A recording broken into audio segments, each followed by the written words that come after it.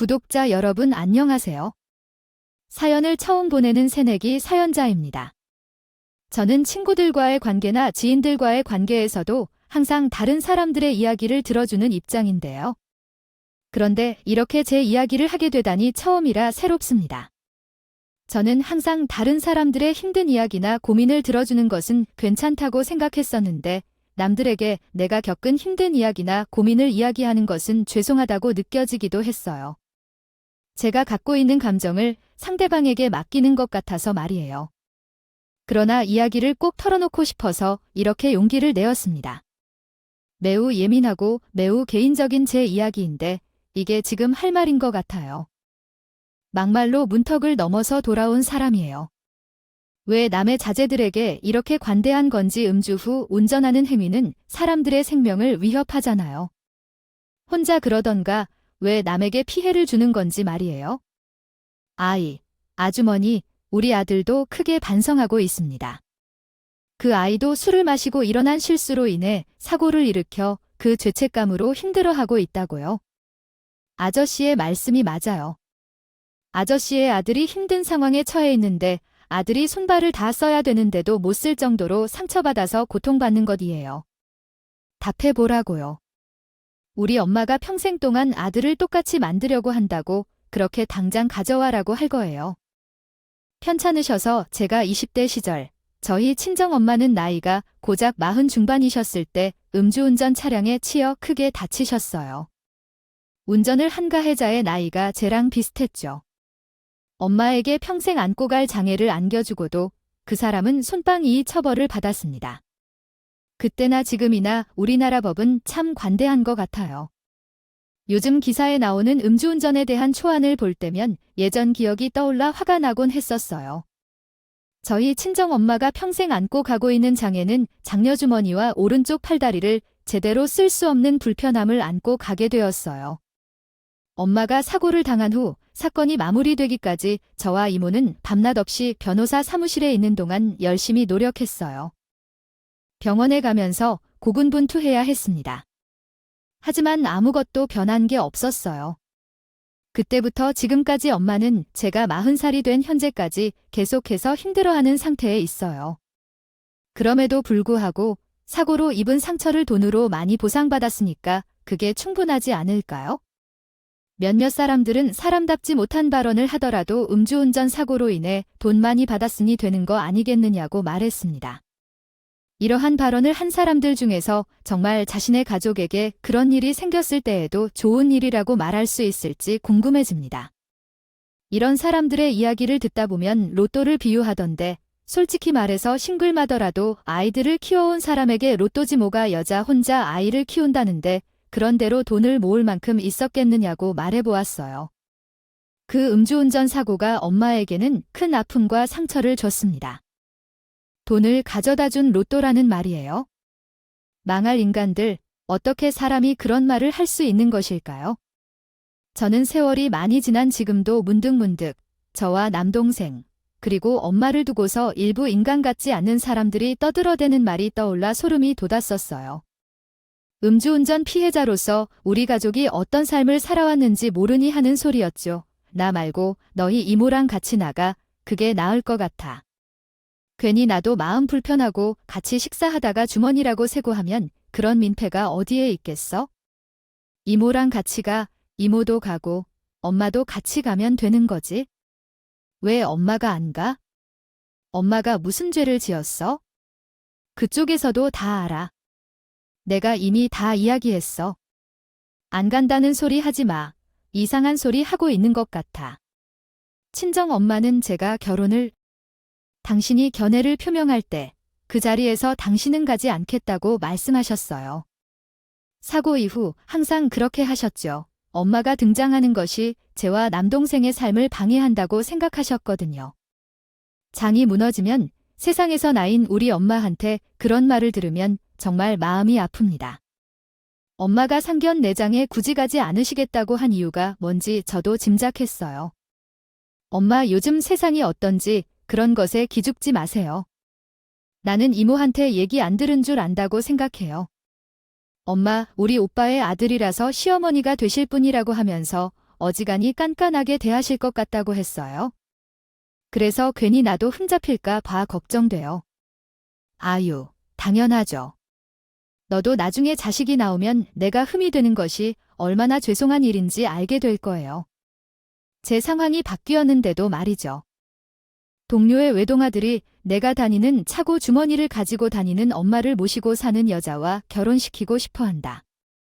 나는 아이와 함께 이런 자리에서 나가고 내 남편이 동료의 외동아들임을 알았다. 그 남편은 외동아들로서 고귀한 가정에서 자란 존재였다. 내가 장애를 안고 사는 사람을 선택해 이런 결혼을 하자며 칭찬하는 말씀과 한편으로는 죄송해하는 속사정을 전해왔다. 절대 이런 결정을 내리지 않아도 된다고 말씀해준 후에도 남편이나 시어머니가 소리쳐도 외동아들은 안도의 한숨을 내쉬었다. 언제나 시어머니를 잘 대해야 하며 시어머니처럼 친절한 분은 없다고 말하며 시어머니를 우선 존중해야 한다고 당부하는 시어머니의 말은 충분히 생각해보면서 결혼을 생각하고 자식이나 내가 부담스러워하진 말라는 충고를 했다. 얼마나 되겠냐고 친정엄마가 말씀하신 대로 우리 시어머니는 참 좋은 분이셨어요. 시어머니께서는 굳이 손주나 손녀를 낳을 필요는 없다고 하셨죠. 그게 얼마나 멋진 일인가요? 늦게 결혼한 우리 둘만 서로를 행복하게 잘 살기만 하면 된다고 하셨어요. 생각해도 시어머니는 마치 자의의 끝판왕이신 것 같았어요. 물론 시어머니 역시 우리에겐 참 잘해주셨죠. 그러나 이유 없는 친절이란 없다고 생각해요. 다 그럴 만한 사건이 있었습니다. 세상에, 그럼에도 대딸이 시집간다는 소식을 듣고는 아주 그냥 언니가 크게 돈 썼네 하더라고요. 얘야, 민영아, 너랑 민수는 너희 엄마한테 잘해야 해, 알았지? 언니는 참 재간 있어. 시기와 상황을 잘 알아서 어떻게 그렇게 딱 맞춰치는지 모르겠어. 내가 내 입장이라도 되어봤으면 알게 될 거야. 여자. 혼자서 피똥이 둘 키운다는 게 쉽나요? 이제 와서 하는 이야기지만 내 몸이 이렇게 되고 나서 얘들을 대학에 보내주어야 하는데 어떻게 해야 할지 정말 막막했어요. 몰리면 못할 게 없더라고요. 그래서 나도 너한테 아파트를 도와주었잖아. 아이 기집애야, 아휴. 그래 맞아. 우리 언니 덕분에 돈을 벌었지? 엄마는 음주운전 사고로 받은 보험금 중에서 자신을 위해서도 한 푼도 사용하지 않았어요. 병원비와 우리 학비를 뺀 모든 비용을 부동산에 투자하셨죠. 운이 좋게도 엄마가 부동산을 사고 팔면서 잘하셔서 작은 건물을 소유했어요. 그래서 우리 부부는 결혼과 동시에 집을 소유했죠. 엄마는 소유하고 계신 걸로요. 친정엄마는 아래층에, 우리 부부는 위층에 살았어요.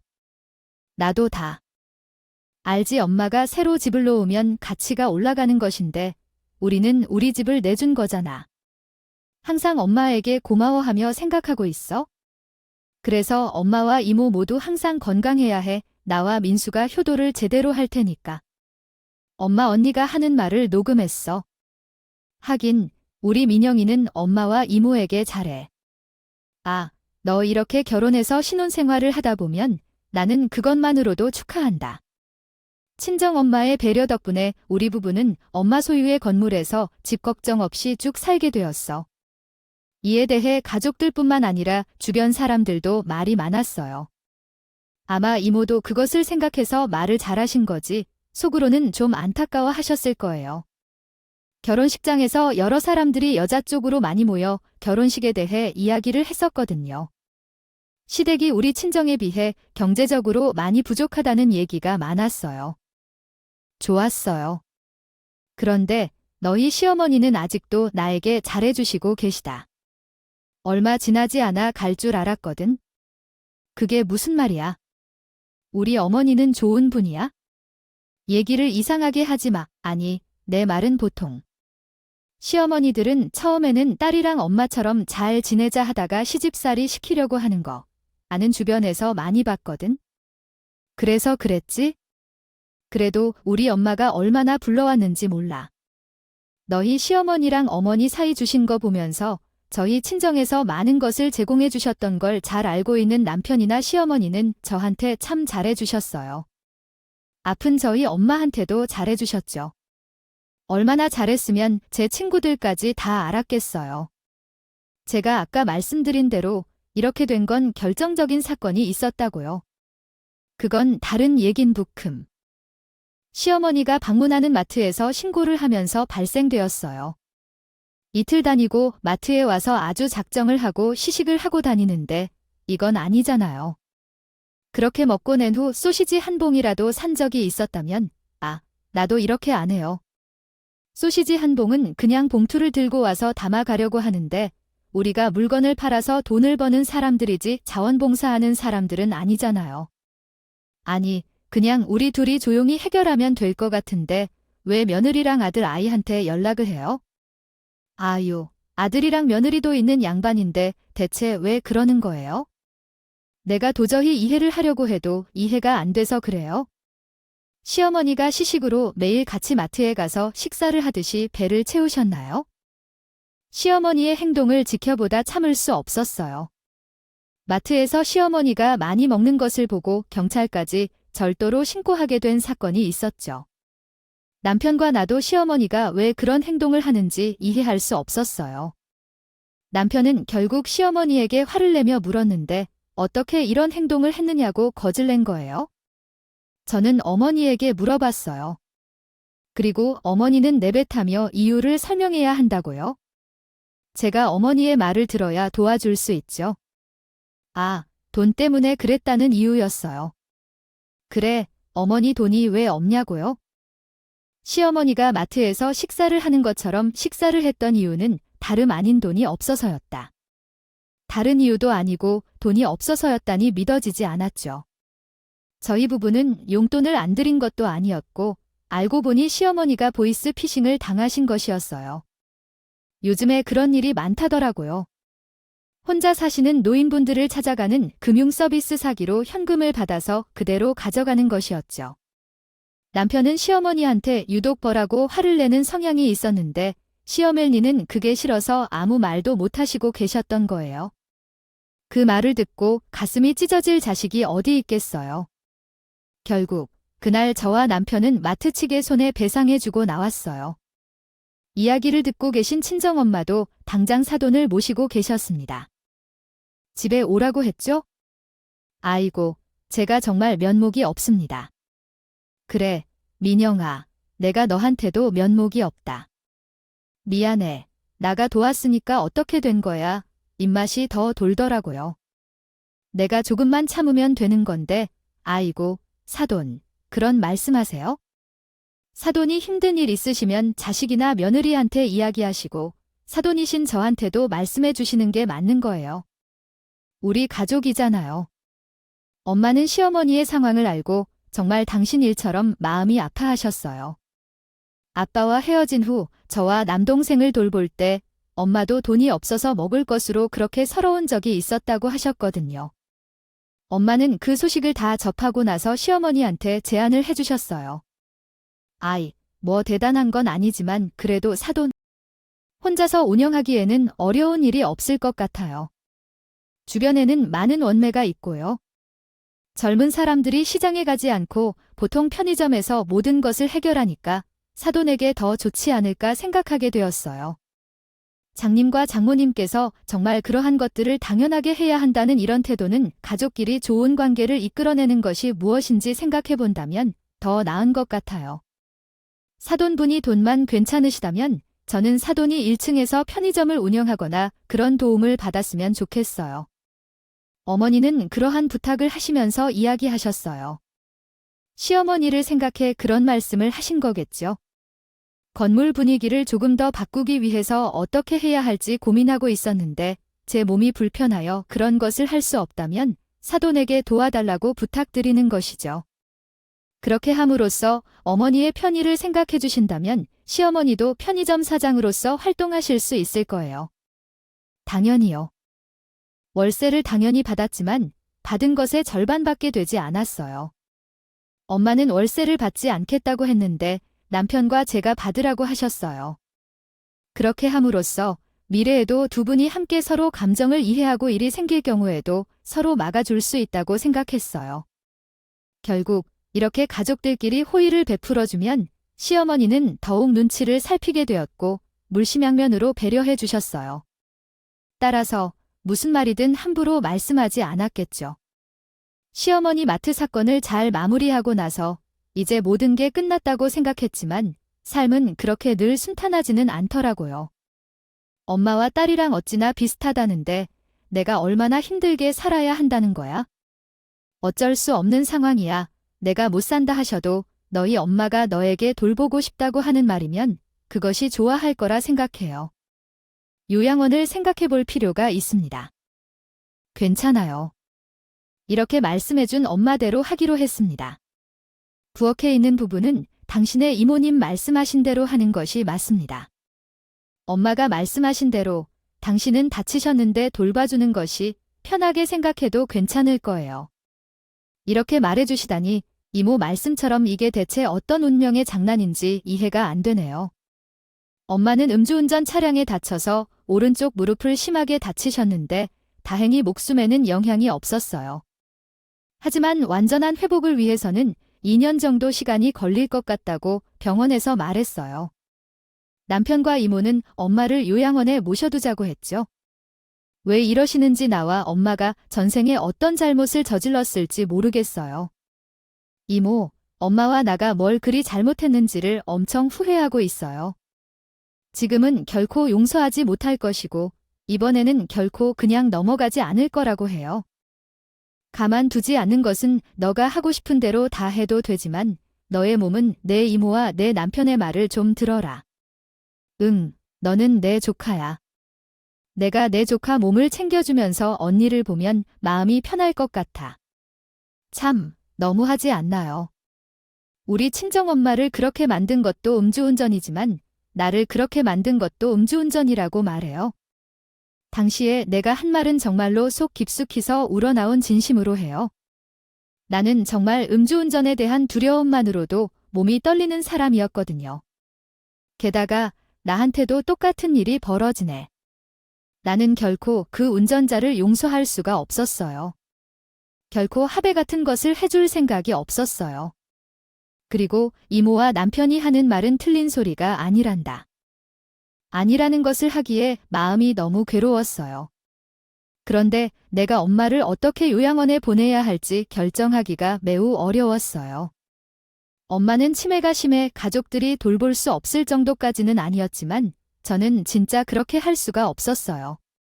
제가 건강했다면 다르게 생각했을지도 모르지만 제 몸 상태가 좋지 않아서 할 수 없는 상황이라 점점 어려워졌어요. 이에 저도 어머니의 동생과 남편의 말에 이해를 하게 되었고 우리의 고향 어머니조차도 제 상황에 대해 우선 치료에 집중해야 한다고 하셨어요. 정말 믿을 수 없었어요.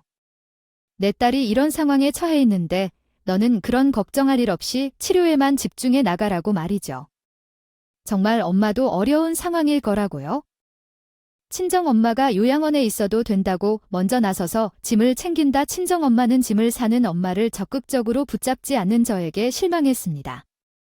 하지만 1층에서 편의점을 하는 시어머니는 달랐어요.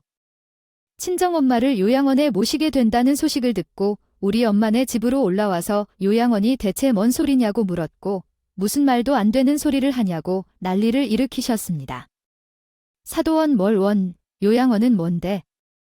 요양원은 멀쩡한 자식이 옆에 있는데 왜 사돈이 들어가냐고. 그냥 간병인 붙이고 민영이랑 사돈 옆에 두고서 번갈아 가면서 돌봐달라고 하면 되는 거 아니냐.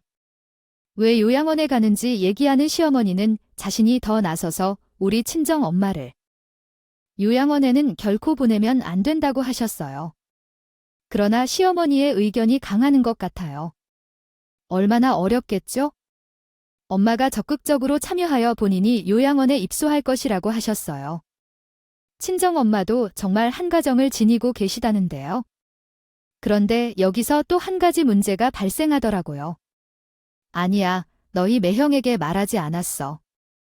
우리 엄마를 요양원에 맡기기로 한 거 다시 생각해봐야 하는데. 그 때문에 한번 그에게 돈 문제에 대해 말해보는 게 좀 그래? 그러니 너에게 여유가 없으니까 나도 여유가 없어. 나도 누나와 같아. 이번에 전세 세입자가 나가면서 전세금을 돌려줬는데 나도 다음 세입자가 들어오기 전까진 힘들어. 그렇게 말하지 말고 누나 매형에게 말해봐. 누나, 너무 자극적으로 하는 것도 매형 입장에서는 서운할 수 있어. 친정 엄마가 요양원에 가기 전에 이런 상황이 있어.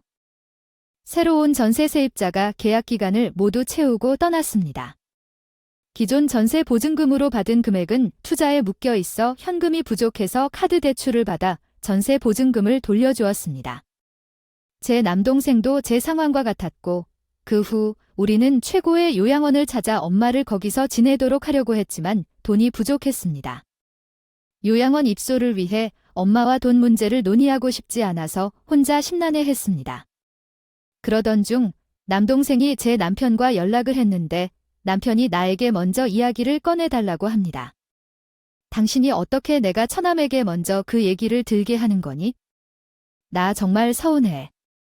전남도 당신에게 얘기했었다고. 당신 진짜 너무 성가시더라. 나는 분명히 그 말을 전했을 거라고 생각해요. 틀린 게 없어요.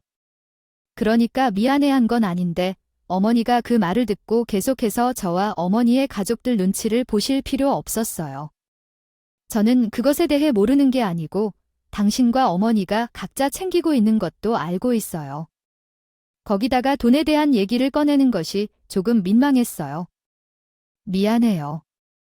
당신이 미안해해야 할 것은 제가 그런 말을 안 한 것을 미안해해야 하는 거예요.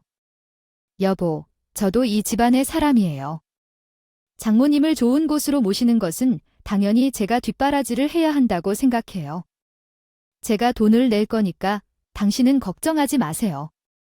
몸부터 회복하세요. 그 말을 듣고 슬픈 눈물이 나왔다고 해요. 여러분도 들으신 것처럼 남편 또한 자신이 진심으로 장모님을 모시려면 요양원 비용을 스스로 내겠다고 말했어요. 그런 생각이 들었어요. 그래도 남편 말고 없다는 생각이 말이에요.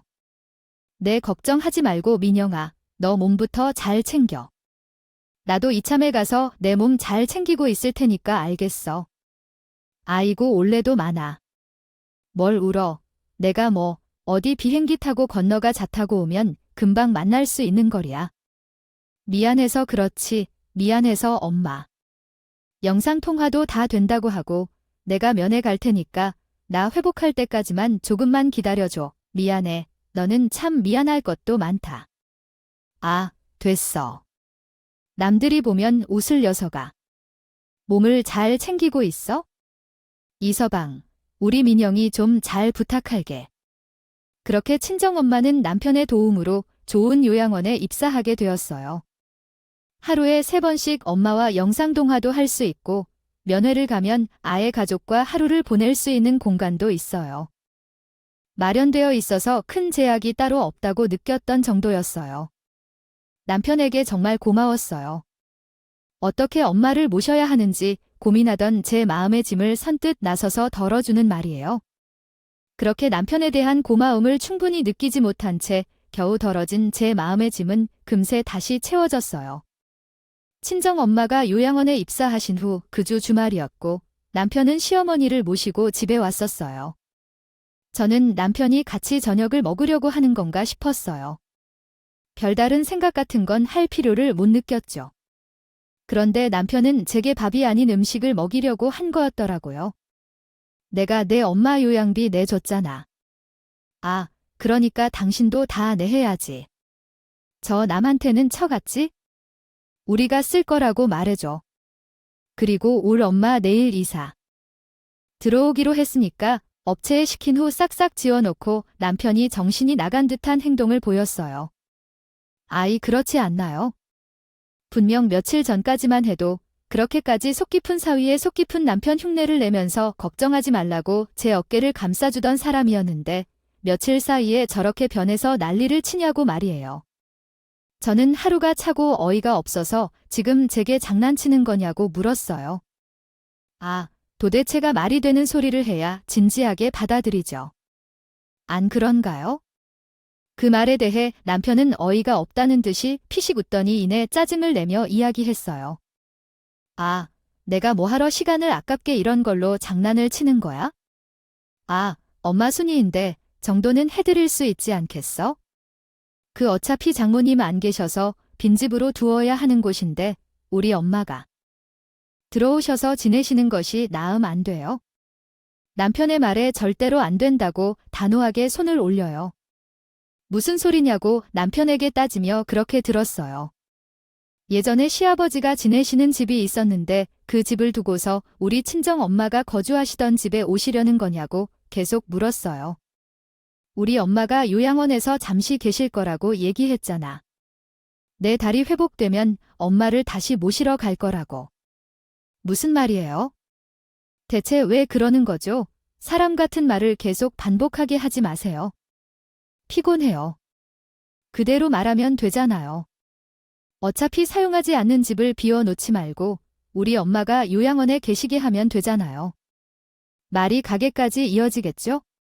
즉, 가깝게 오면 좋을 텐데요. 우리 친정엄마를 요양원에 계실 수 있게 하는 게 제가 다친 몸이 회복될 때까지 아이였어요. 남편도 그 사실을 알고 있었고, 그런데 그 인간이 갑자기 자기 엄마를 우리 친정엄마 집에 들여놓고 거기서 살게 하겠다고 하니 얼마나 어처구니가 없었겠어요. 요양원비를 내줘야 한다는 걸 그때부터 알았지만 더 웃긴 건 그 사이에 시어머니는 사람이 너무나 다른 편이라 자기 아들 편에서 제게 이야기를 했다는 거였어요.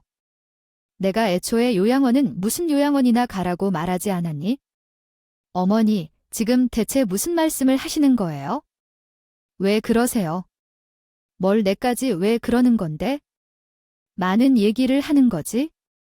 그리고 내가 말하지 않았어. 내가 그러지 않았는데도, 그런데도 굳이 자기 발로 들어간 건 너희 엄마잖아. 가자, 딸아.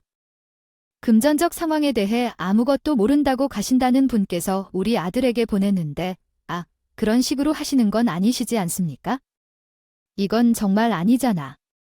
참 팔은 안으로 굽는다고 그렇게 인자하다 믿고 있던 시어머니마저 제 뒤통수를 치고 자신의 아들 편에서 일어섰어요.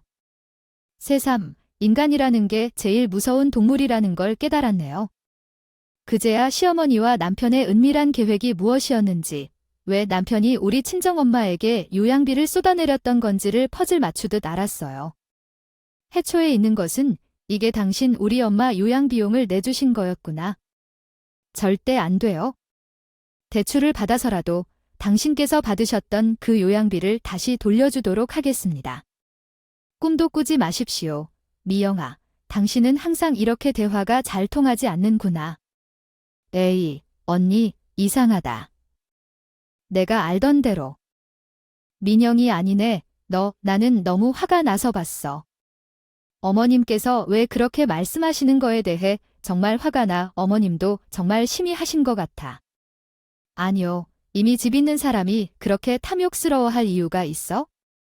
그렇게 이야기하시니 정말 놀라운데 제가 그런다고 생각하시나요? 어머니한테 우리 친정 어머님 쪽으로도 경례를 못하겠다 싶더라고요. 식사하러 오신 거면 이만 나가시고요. 식사를 하러 오셨다면 저는 오늘 식사 안 할 것 같아. 이 사람이랑 나가서 둘러주세요. 제가 단호하게 거절을 했는데 거절이 아니라 그냥 말한 거예요.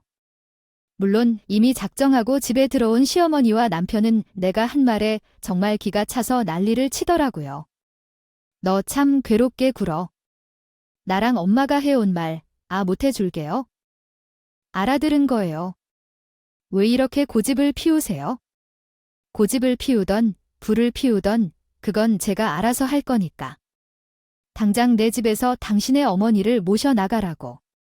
나는 당신이랑 숙모님과는 할 말이 없어서 나가라고 합니다. 어머니, 정말 이렇게 하는 건 아니에요. 돈 다 날리고 새콤새새 너희에게 붙잡혔을 때 가장 먼저 손 내밀었던 사람이 숙모였죠. 아니에요. 그런 게 아니에요. 어머니, 아이가 도와달라고 했었던 건 없는데요. 도대체 대화가 안 통하는 남편과 숙모를 보다 못한 저는 그들을 제 집에서 내보냈어요. 그리고 제 친정 엄마의 집 비밀번호도 변경했죠. 혹시라도 숙모나 남편이라는 사람이 마구 엄마 집에 들어가서 소동을 피우려 하지는 않을까 걱정이 되어 말입니다. 그렇게 남편과 함께하기가 결코 쉽지 않아요. 어머니와의 냉전 상황이 지속되던 일주일 후, 그 자식은 정신이 나간 것 같았어요. 나는 아무리 돈을 주겠다고 말해도 그가 집어치우라며 아주 미친 인간 같았어요. 나도 놀랍게도 우리 엄마가 어떻게 그런 일에 대처했는지 의아했어요. 그래서 그 약간 미쳐 보이는 상황이 정말 안타까웠어요. 그래서 너는 빨리 한국에 들어와서 상황을 이야기해야 했어요. 난 얘기 중 남동생에게 남편과 시어머니의 말을 전달했다. 일단 그가 이 모든 상황을 듣고 처리를 중단하고 한국에 들어오기로 했죠. 그는 사업 때문에 해외에 있었기에 남동생도 사안 조사를 위해 들어왔어요. 이후 전개는 우리가 상상했던 것과 매우 다른 상황이었죠. 그런데 그 다음 날 문제가 발생했습니다. 이른 아침부터 시끄러워서 시어머니가 대형 트럭을 몰고 우리 친정엄마의 집에 짐을 넣으려고 했어요. 하지만 이미 저가 현관 비밀번호를 바꿔놓아서 들어가지도 못하고 앞에서 발만 동동 구르고 있었어요. 2대의 트럭과 사다 차 1대를 불러놓고 갈팡질팡하는 모습이 매우 어려웠습니다. 시어머니는 전화를 걸어와서 당장 현관 비밀번호를 말해라고 난리를 쳤어요. 내가 뭔데 내 집에 나를 못 들어가게 하는 거야? 너 당장 현관 비밀번호를 말해. 그리고 자의 말하라고. 지금 너 한 명 때문에 몇 명이 고생하고 있는 거야. 어머님이나 그 사람이나. 말 한마디로 끝내야 했죠. 그게 왜 어머님 집이에요? 어머니를 정말 믿지만 혹시 잊어버린 것일 수도 있어요. 가만히 보면 어머님이나 그 사람이나 왜 그렇게 허세를 부리는 건지 이해가 안 가요. 환자 같은 거 아세요? 도대체 말이 되는 소리를 해야죠. 저는 그런 것 절대 못 들리니까 그런 줄 아세요? 뭐뭐야, 너 전화 끊기면 해봐. 끊기면 하면 어쩔 건가 싶어서 저는 전화를 그냥 끊어버렸어요. 그리고 제가 전화를 끊는 타이밍을 기다렸다는 듯 남편이 현관문을 벌컥 열고 들어와서는 저한테 서류를 내던지더군요. 자, 됐지. 이제 우리 엄마 집인 거 알겠어요. 그래서 당장 현관 비밀번호 말해줘. 당신 대체 사람이 왜 이렇게 말귀를 못 알아먹냐고요? 우리 엄마 그 집에 들어갈 거라고 내가 몇 번을 말해놨는데? 너 지금 뭐라고 했어? 너 여러 번 묻는데 재미있니? 너희 엄마지? 우리 엄마 집으로 가야 한다고 했잖아. 아, 이제 됐어. 얘들아, 솔직히 말해서 맘 같아서는 이 건물 전체를 하려다가 내가 양심상 참은 것 같아요. 왜 우리의 신혼집은 제 식구 4명의 이름으로만 되어 있고 건물은 장모님의 이름으로 소유되어 있는지를 이상하게 생각했어요. 그래서 남편의 말을 듣고 그 서류를 급하게 확인했어요. 남편이 제게 보여준 서류에는 명확하게 적혀 있었어요. 우리 엄마 집의 소유주가 시어머니의 이름으로 변경되었다는 내용이었어요. 이건 정말 경험해보지 않은 사람은 이해하기 어려운 감정이겠죠. 정말 사람이 미친 듯이 떨었을 거예요. 그래서 손이 떨리더라도 억지로 진정시키고 그 사람에게 이것은 무슨 일이야? 라고 물었어요. 아무것도 안전하고 뭐. 부동산 관련 사안이었어요. 내가 교묘히 했더니 어머니에게 집을 내주겠다고 했어. 이게 어떤 꼼수인지 어떻게 이루어졌는지 당장 설명해 달라고요. 당신이 말씀하실 때 혼자 여러 번 같은 말을 하는 건 왜 그렇게 되는지 이해가 잘 가지 않습니다. 올바른 한국어로 다시 작성해 주세요. 소명이 인정되어서 서류가 있다고 하니까 알겠다고 엄마 집을 줄 것 같았어요. 개똥 같은 생각은 버려야지. 나는 너를 위해 뭐라도 해줄 생각이 없어. 그리고 그 자리에서 경찰을 불렀어요. 경찰관 2분이 오시고 나서 자초지정을 설명했죠. 정말 치사한 게 뭔지 알아요. 그렇게 잘났다니까 배짱 두이 떠들던 남편이 경찰 앞에서는 세상 신사가 되어서 이미 끝난 일인데 억울하다는 식으로 행동했어요. 그 사람의 말대로 제가 손으로 서명을 했으면 제가 경찰에 신고했겠어요. 이건 뭐 그런 장난이 아니고 당사자인 제가 소명을 제대로 안 한다는 것이 이 사람이 이렇게 우기는 게 말이 안 되죠. 아까 들어오실 때 보셨죠? 무단으로 친정엄마 집을 점거하려 했고 이사까지 하려고 했어요. 들고 온 상황이라니 저는 차분하게 제 할 말을 했어요. 나는 이 서명란에 있는 당사자인데 나는 이 서명을 한 적이 없다고 말했어요. 정말로 말이 안 되는 상황이죠. 안 그런가요? 당사자가 아니라는데 어떻게 하겠어요? 결국은 경찰의 중재하에 시어머니는 이삿짐을 보관으로 돌리고 근처 모텔에서 지내게 되었죠. 남편이라는 인간 역시 자기 뜻대로 일이 풀리지 않자 성질을 내며 짐을 싸들고 나갔어요. 그 조 별표한 인간 집을 나가면서 한다는 말이 아주 가관이었습니다. 안 알아보고 위조했을 것 같아. 내가 증거를 어떻게 찾을 건데야? 그거 쓸데없는 생각하지 말고 내 동생한테 너희 엄마 집에 들어갈 생각도 하지 말라고. 그래, 우리 엄마가 그 집에 들어가 살겠다고. 당신의 이야기를 다음과 같이 재구성해 보겠습니다. 제가 이렇게 생각하게 된 것은 저 인간이 정말 제정신인지 의심스러운 일이 있었기 때문입니다. 전 남편으로 삼아 믿고 살았던 사람이 다른 남자와 사람들 사이에서 이상한 소문을 퍼뜨리는 것을 알게 되었거든요. 그래서 충격을 받아 눈물과 콧물을 흘리며 남동생에게 연락했습니다. 그는 믿지 못할 만큼 충격을 받았지만 제 진심 어린 분노와 압박에 굴하지 않았고 다음 날에도 바로 한국으로 와서 저를 만날 준비를 했습니다. 남동생을 만나자마자 눈물이 흐르더라고요. 저는 눈물로 자초한 것 같던 모든 사실을 말하며 울었습니다. 내 이야기를 다 들은 남동생들도 당연히 단단히 화가 나고 말았어요. 미친 인간 맞네. 그것은 제정신이 아니야. 아, 누나, 그럼 당장 그 증거 자료를 찾아야지. 이 동네의 부동산이나 법률 사무소를 내가 싹 다 돌아볼 테니까 누나는 가만히 있어.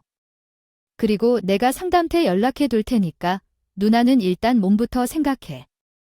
혹시나 너무 상처나지 않아? 나는 내가 제대로 콩밥을 먹게 해줄게. 남동생은 발에 불이 났다시피 하면서 뛰어다니기 시작했어요. 그리고 우리 남동생이 조사를 하면서 밝혀진 사실은 제 상상 이상으로 더욱 더하게 됐어요. 시어머니도 피해자였던 거였어요.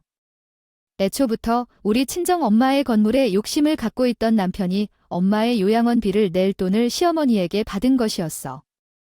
아, 그 인간이 살인 어른한테 그 돈으로 우리 엄마 집에 살고 있다고 헛소리를 만들었어. 그러니까 사돈 어른이 그렇게 내 활력을 빼앗아 왔고 더군다나 시어머니는 원래 사는 전세집에서 보증금을 빼내어 제 남편에게 돈을 주었던 것이었거든. 그 사실은 저에게 직접 시어머니가 말해 주었어요. 남동생은 그 모든 사실을 알고 시어머니와 함께 제게 들어왔어요.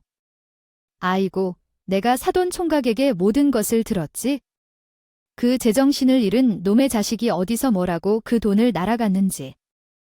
아, 지금 그 돈은 어디로 갔을지 모른다고. 사돈 요양비가 전세 집만큼 나올 리가 없는데. 하여간 아이랑 똑같아. 남의 자식의 일에 끼어들어야 할 게 아닌데 그저 그렇게 됐어. 남편이 돈을 어디에 썼는지 정말 궁금해. 그 돈을 배신당하다니 정말 억울해. 떨리고 토악질이 나올 것 같았지만 이를 악물고 버텼습니다. 아마 을락 물고 버틴 건 시어머니도 마찬가지였을 거예요. 사실 이 부분은 족보가 조금 복잡한 내용인데 제가 차근차근 설명해 드릴게요. 제 시어머니는 남편의 친어머니가 아니고 사실은 남편의 고모였어요.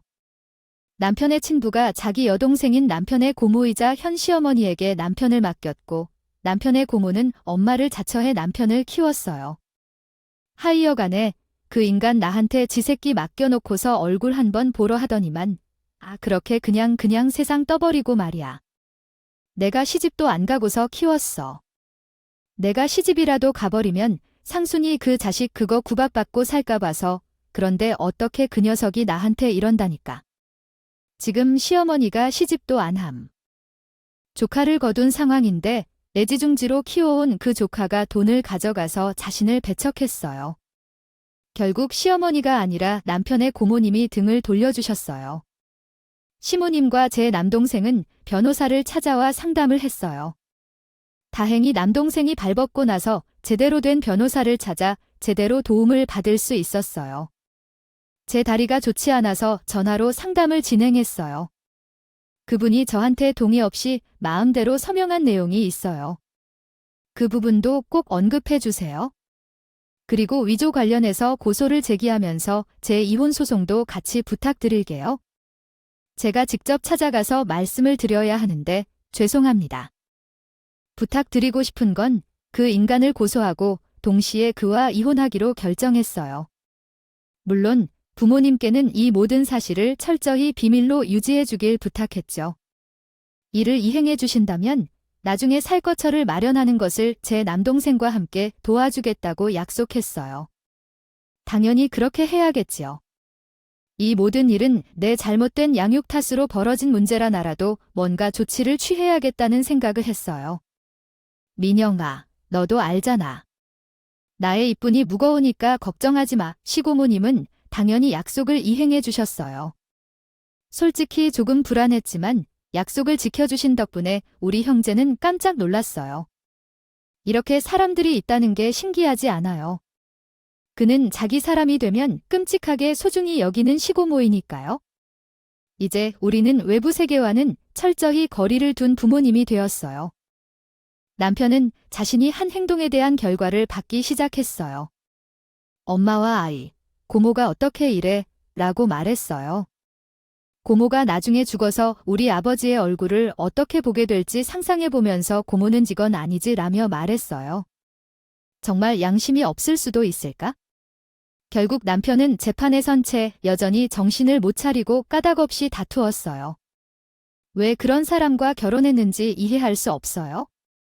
과거에 이해가 가지 않았다니까 남편이 재판에 오게 된 것은 확실한 증거의 미덕 덕분이었어요. 집을 팔았다는 증거를 찾아내는 것은 우리 우수한 변호사가 했던 일 때문에 가능했어요. 걱정 마세요. 고모님께서 직접 음성 증거를 제공해 주셨어요. 고모님이 주신 음성 증거와 우리 집에 있던 남편의 컴퓨터 기록을 토대로 남편의 위조 행위를 입증했습니다. 또한 제가 그 집의 실질적인 소유자임을 증명할 수 있는 자료로 저의 친정엄마의 증언과 이전에 제출한 등기부등본을 통해 남편의 재판대에 서게 되었습니다. 남편은 위조 행위와 불법적인 부동산 거래에 대한 소송을 받아야 할 뿐만 아니라 저와의 이혼 소송까지 동시에 진행하게 되었죠. 그렇게 내 남편이었던 그 쓰레기 자식은 자신이 범한 죄에 대한 벌을 직접 받게 되었습니다. 그래서 그랬던 건 정말 어쩔 수 없는 일이었어요. 결론적으로는 내가 우리 엄마라고 말하기 싫었거든요.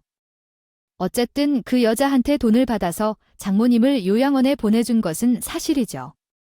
난 남편으로서 그 여자와 장모님을 대하는 것은 내 할 도리였어요. 이유는 말하지 말자. 난 다시 정말 잘할 거야. 그 인간과 이혼 소송 때문에 면회를 해야만 했어요. 그 인간과 면회 같은 것도 하고 싶지 않았는데 절차상 면회를 해야 했어요. 어쨌든 면회하게 된 그 인간은 나에게 용서해달라며 이렇게 직접 말했어요. 그런 말에 놀랐죠. 그 인간한테 이미 말했어요. 내가 우리 엄마에게 사기쳐서 받은 돈을 고모에게 돌려줬고 너 같은 놈과는 여기까지야 라고 말했어요. 다시 한번 잘 해볼 생각이 없어. 솔직히 당연한 일이 아니잖아. 나랑 너 같은 놈과 다시 재결합하면 그때가 지구 멸망하는 날일 거야. 그래서 나는 그 인간한테 크게 한 방을 먹이고 이혼을 했어요. 참 많은 우여곡절을 겪으며 이혼하게 됐네요. 그리고요, 전 남편인 그 놈은 제게 위자료를 낼 돈이 없어서 자기 차를 압류당했어요. 그 차를 팔아서 제 위자료를 받았고 말이에요. 지금은 건강을 회복해서 다시 우리 친정엄마를 모시며 잘 살아가고 있어요. 남동생도 그때 일을 겪어서 아예 한국으로 들어와 엄마와 저를 지켜주며 살아가고 있죠. 가족이 이렇게 함께 모여 사니 세상이 든든하고 행복할 수가 없어요. 그리고 전 남편의 엄마이자 시어머니는 저희가 당면한 어려움을 도와주려고 해요. 하여도 그 자신도 양심이 있는 사람임을 시사하며 스스로 살겠다고 말했지만 지금은 그가 어디서 어떻게 사는지 알 수 없습니다. 아마 다시 그에 관한 얘기를 가져오면 그때는 전 남편의 후속 이야기를 가져올지도 모르겠어요. 듣고 싶지 않더라도 그 사람에 대한 얘기가 어디선가 들려오고 있습니다. 오늘 이렇게라도 용기를 내어 제 이야기를 한 것이 잘했다는 생각이 들어요. 이것은 즉시 여러분들이 이야기를 들어준 덕분입니다. 오늘 소중한 시간을 내어 이야기를 들어주셔서 감사합니다.